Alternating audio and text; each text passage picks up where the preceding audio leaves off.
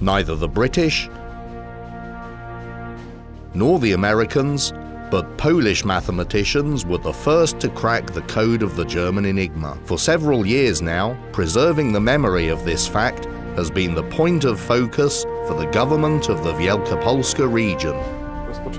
We started in 2008 by bringing back the ashes of Maksymilian Ciężki, a crucial person in the cracking of the Enigma. He was the one who took care of the genius Polish cryptographers.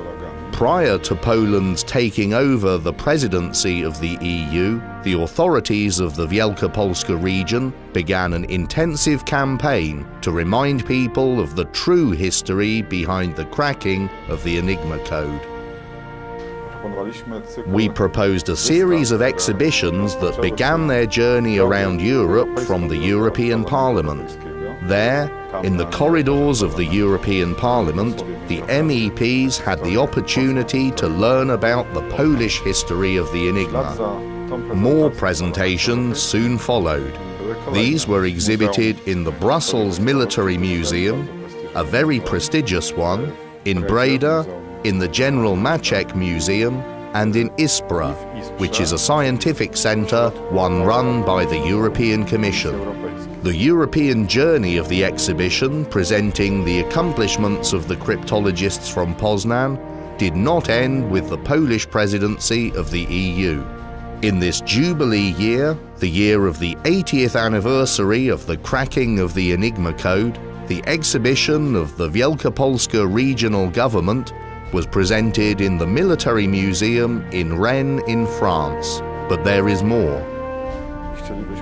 We would like to place this presentation permanently in the British Museum at Bletchley Park.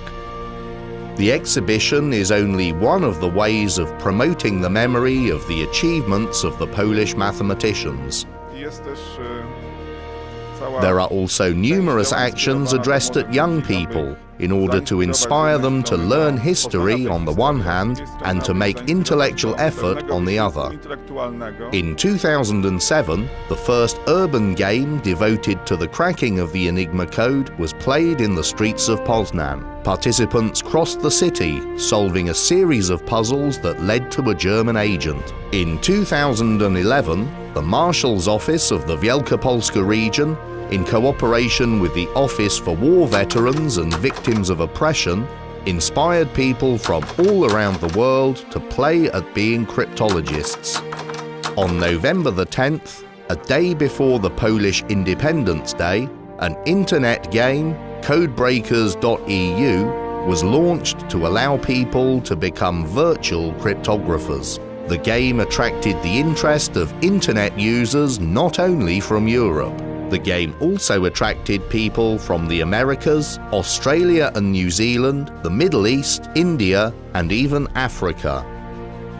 The principle of the game is simple. The first lecture appeared and riddles followed soon after. If the players applied the good cryptology techniques presented in the lecture, they would solve these riddles and enter their answers. This would provide them with access to the next lecture. Codebreakers.eu was addressed at internet users from abroad, but a Polish version of the game was also created. Furthermore, a day after the virtual game started, a course on cryptology was launched in Poznan, attended by over 300 students from all over the Wielkopolska region. The team that was the fastest in solving the encrypted password at the end of the course was invited to take part in the final stage, along with the winners of Codebreakers.eu. In the virtual world, the Dutch were the best at solving the puzzles.